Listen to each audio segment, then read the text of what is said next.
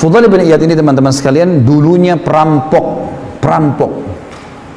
Fudail ini saking kuatnya secara fisik, ya, dia bisa merampok sendirian teman-teman, sendirian.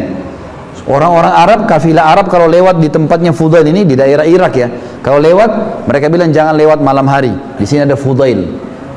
Fudail ini gini ciri khasnya teman-teman. Kalau ada kafilah lewat, dibunuh dulu, baru ampas. Jadi biar antum kasih, ini ya harta saya Fudail, jangan bunuh saya, nggak bisa, tebas dulu. Nggak ada ceritanya, bunuh dulu baru ambil harta. Jadi Fudail selalu membunuh ini.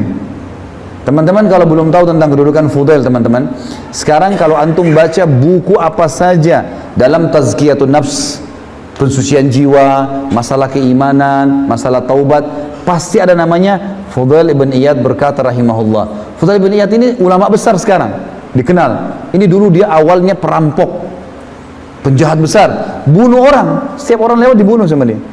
Satu waktu teman-teman sekalian, dia mau masuk ke dalam, dia masuk dalam satu kota, di salah satu kota dekat tempat dia mencuri.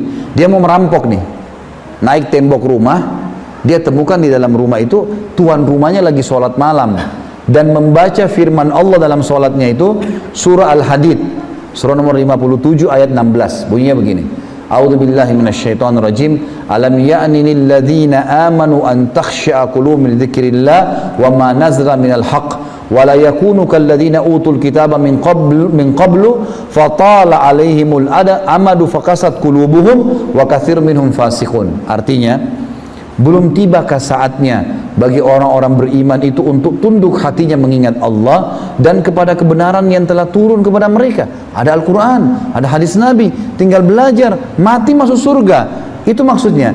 Lalu janganlah mereka mengira, jangan mereka menjadikan diri mereka seperti orang-orang yang diturunkan Alkitab sebelum mereka dari Yahudi dan Nasrani. Kemudian mereka berlalu dengan masa yang panjang, tapi mereka tidak mau mengikuti kebenaran. Akhirnya hati mereka menjadi keras dan kebanyakan mereka adalah orang-orang fasik.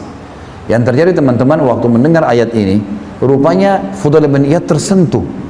Belum tiba saatnya orang beriman untuk tunduk, untuk kembali ke jalan Allah. Dia tersentuh. Entah kenapa, dia bilang saya menangis. Fudail bin Iyad menangis. Turun dari tembok itu, enggak tahu mau kemana. Tengah malam nih, jalan sana sini mau kemana, gelap, nggak ada penerangan lampu tengah malam. Dia lihat ada masjid, kayak kita masjid gini, masih gelap, masuk ke masjid. Dia nggak tahu, sholat nggak tahu. Penjahat ini dulu, nggak ngerti apa-apa. Masuk masjid, duduk depan mihrab, nangis saja. Waktu menjelang subuh, marbot masjid datang, masuk masjid, pengen nyalain. Zaman dulu orang pakai minyak sama sumbu ya, dinyala-nyalain supaya terang gitu. Kayak kita sekarang lampu gitu. Dia nyala-nyalain, si marbot ini dekat dengan mihrab, kok ada orang. Begitu dekat, Fudail bin Iyad, lari dia. Fudail bin Iyad lari. Dia lari keluar. Tidak berani masuk. Orang tahu Fudail bin Iyad ini pembunuh di masjid. Ngapain di masjid ini? Gitu kan.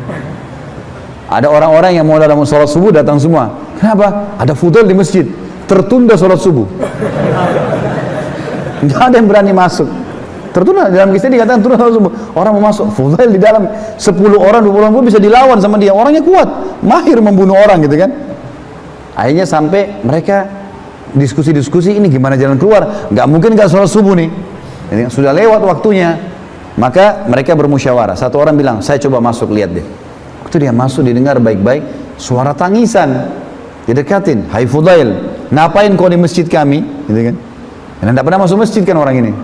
Maka kata dia, saya taubat kepada Allah. Waktu itu dia ini marbot takbir, Allahu Akbar, Fudail taubat. Orang-orang pada masuk semua, salaman sama dia, pelukan, taubat nasuha. Waktu taubat teman-teman sekalian, mulai hari itu dia baca buku-buku, dia mulai hafal Quran. Umurnya kalau nggak salah waktu itu sudah sekitar hampir 40 tahun lebih. Baru taubat nih. Mulai hafal Quran, mulai baca buku, mulai sampai menjadi ulamanya muslimin. Fudail menjadi ulama muslimin dan terkenal kisahnya. Kalau teman-teman ketik di Google kisah Fudail bin Iyad, keluar kisah-kisah ini. Tentu banyak versinya ya. Ini salah satu versi yang saya sampaikan. Kalau bagaimana setelah taubat dia menjadi ulama muslimin. Dan ini yang dibutuhkan teman-teman sekalian.